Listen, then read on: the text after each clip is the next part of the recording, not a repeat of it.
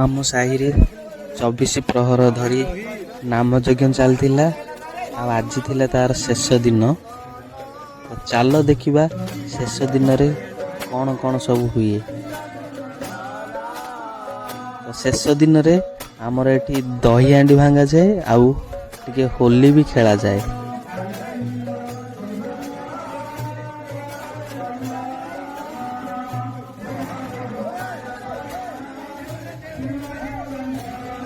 ଦେଖୁ ଦି ଜଣ କୁମ୍ଭ ବି ଧରି ଛିଡ଼ା ହେଇଛନ୍ତି। ଆଉ ଦହି ହାଣ୍ଡି ଭାଙ୍ଗା କାର୍ଯ୍ୟକ୍ରମ ବି ସରିଯାଇଛି। ଏଇ ପିଲାମାନେ କେମିତି ତଳୁ ଦହି ଗୋଟେଇକି ଖାଉଛନ୍ତି ଦେଖନ୍ତୁ।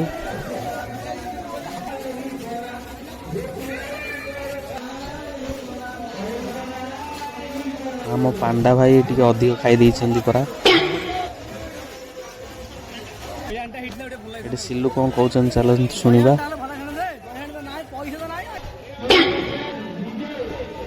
ହୋଲି ଖେଳ ବି ଷ୍ଟାର୍ଟ ହେଇଗଲାଣି। କୀର୍ତ୍ତନ ବାଲା ବି ରେଡି।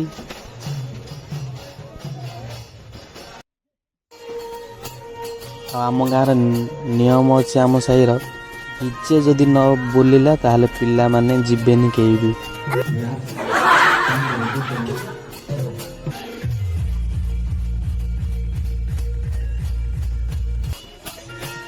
ଆମ ଗାଁର ନିୟମ ଅଛି, ଆଚୁରେ ହୋଲି ଖେଳାଯିବ।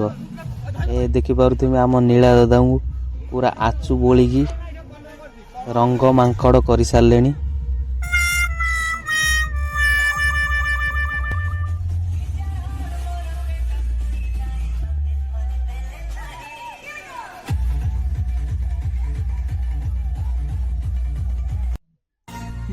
ଆଉ ଏଠି ମୋନାଲିସା ଗୀତର ମଜା ନିଅନ୍ତୁ।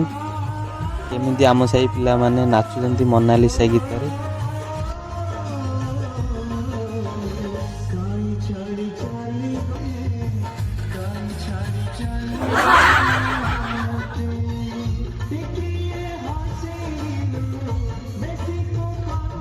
ସିଲୁ ଆସି ସେମାନଙ୍କ ଉପରେ ଟିକେ ରଙ୍ଗ ପାଣି ପକେଇକି ଚାଲିଗଲେ।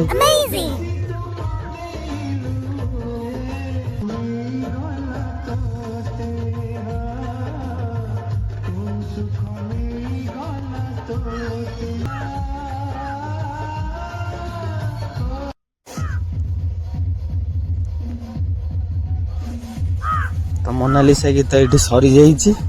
ଆଉ ଏଠି ଦେଶୀ ଡ୍ୟାନ୍ସ।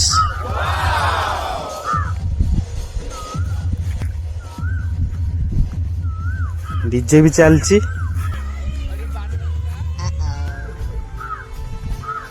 ଏଇଟା ଆମ ଗାଁର ଶିବ ମନ୍ଦିର, ମାନେ ତାଳେଶ୍ୱର ମନ୍ଦିର।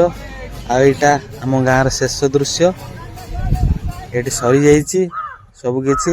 ଆଉ ଚାଲନ୍ତୁ ଭିଡ଼ିଓଟିକୁ ଏଇଠି ଶେଷ କରିଦେବା।